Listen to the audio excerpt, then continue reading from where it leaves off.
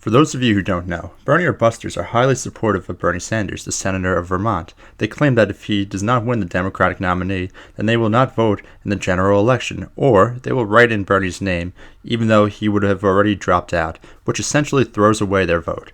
Why this frustrates me to no end is that if you are a Bernie Sanders supporter, you hopefully support him based upon his policy proposals. And by not voting for him, you are essentially voting for Trump. How Bernie Sanders went from polling at single digits to polling at 50% was by discussing policy ideas such as income inequality, climate change, Wall Street, campaign finance, minimum wage, immigration, college, and healthcare. For the record, in my opinion, I believe Bernie Sanders would make the best president of the current three options. Now let's take a look at where these candidates stand on the important issues. Income inequality. Currently, the highest nominal tax rate in the United States is at 39.6%. Bernie proposes raising the nominal rate to 52%. Hillary wants to raise it to 43.6%. And what is Donald Trump's plan for combating income inequality? Oh, well, of course, he wants to lower the highest nominal rate to 25%.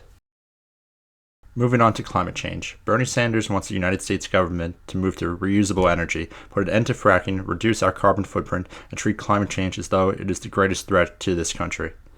Hillary Clinton wants to create jobs by switching to cleaner energy, wants to set a national goal of installing 500 million new solar panels. She wants to cut our oil consumption by a third and cut our energy waste in homes, schools, and hospitals by a third.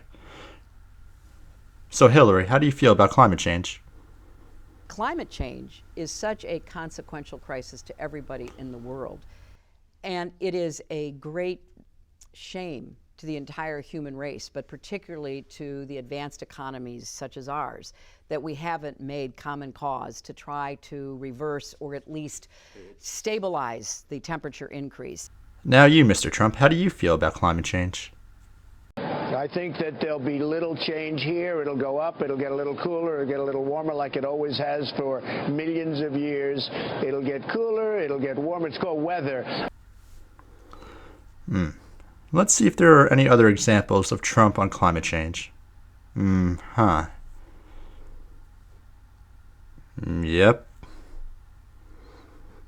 Interesting.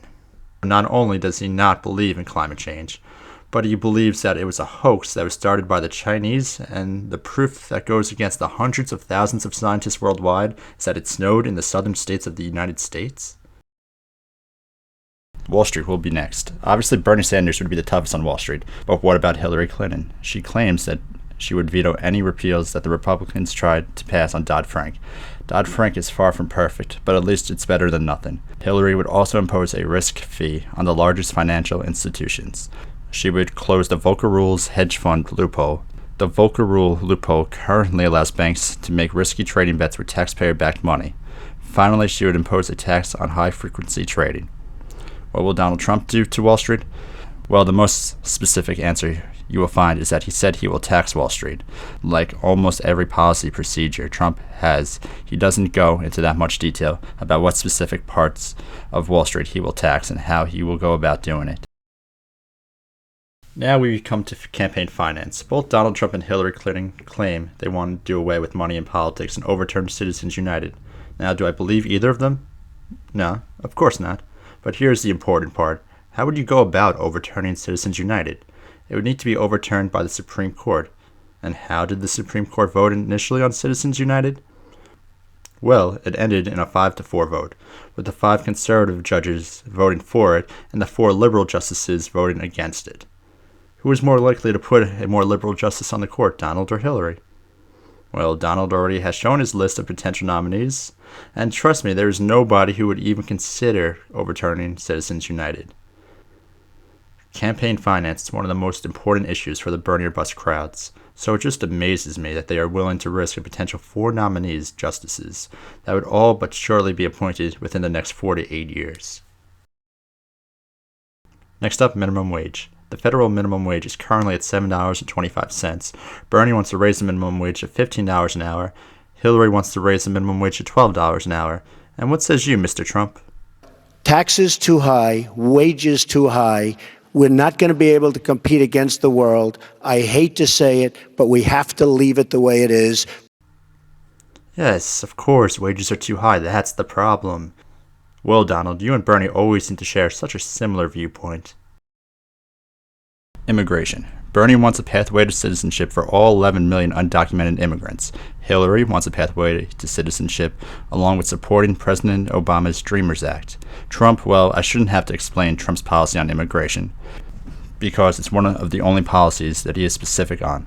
Trump wants to round up and deport all 11 million illegal immigrants, including their immediate family. He couldn't care less if the family members are citizens or not.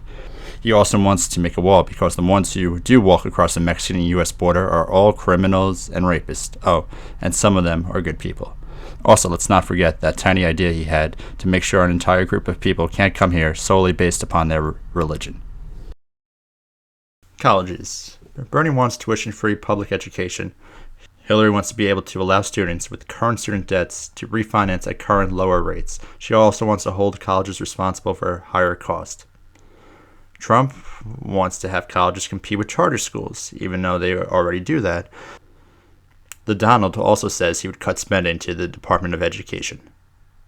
We won with poorly educated. I love the poorly educated.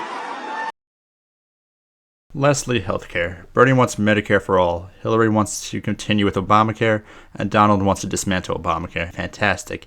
It won't be specific, but it will be fantastic.